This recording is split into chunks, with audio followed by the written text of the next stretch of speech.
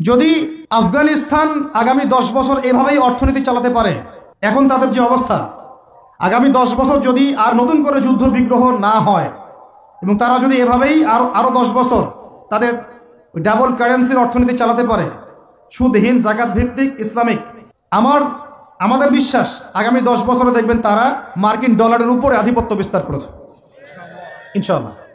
ইনশাআল্লাহ। আমি ইকোনমিক্স নিয়ে পড়াশোনা করেছি ভাই, এমনি এমনি কথা বলতেছি না।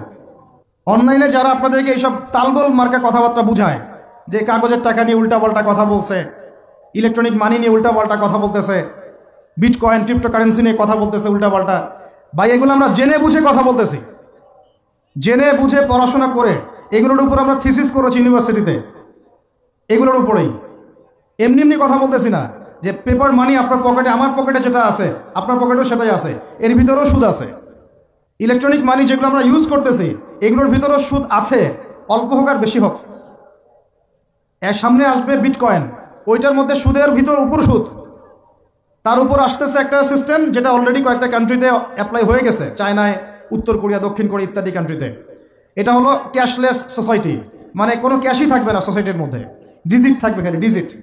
মানে আপনি বলতে পারবেন না যে আমার 1 লক্ষ টাকা আছে, যদি বলি 1 লক্ষ টাকা আছে, টাকাটা আমার হাতে দেন দেখি, আপনি হাতে দিতে পারবেন না, দেওয়ার মতো কিছু নাই। ওইটা আপনার ডিজিটে থাকবে, নাম্বারে, ফিগারে, 1 লাখ এটা ফিগার। ইতিহাসে এমন কোনো কারেন্সি আসে নাই যেটা ধরাও যায় না, ছোঁয়াও যায় না, পকেটেও রাখা যায় না। এটা আসতেছে সামনে।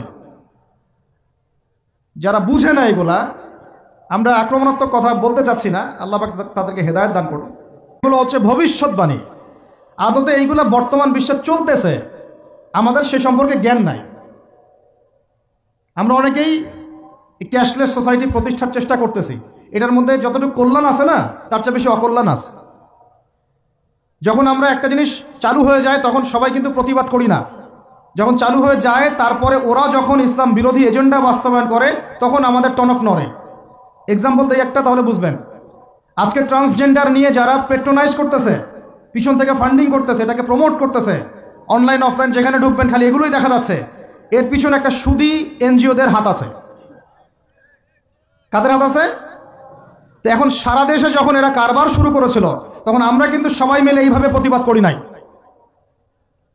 আজকে যখন তারা একটা জিনিসকে প্রতিষ্ঠা করার চেষ্টা করতেছে ওদের স্বার্থে, ইসলামের বিপক্ষে, এখন আমাদের অনেকে টনক নড়তেছে যে আরে এ কি হচ্ছে, আমাদের মুসলমানদের বাচ্চারা এগুলো কি শিখতেছে।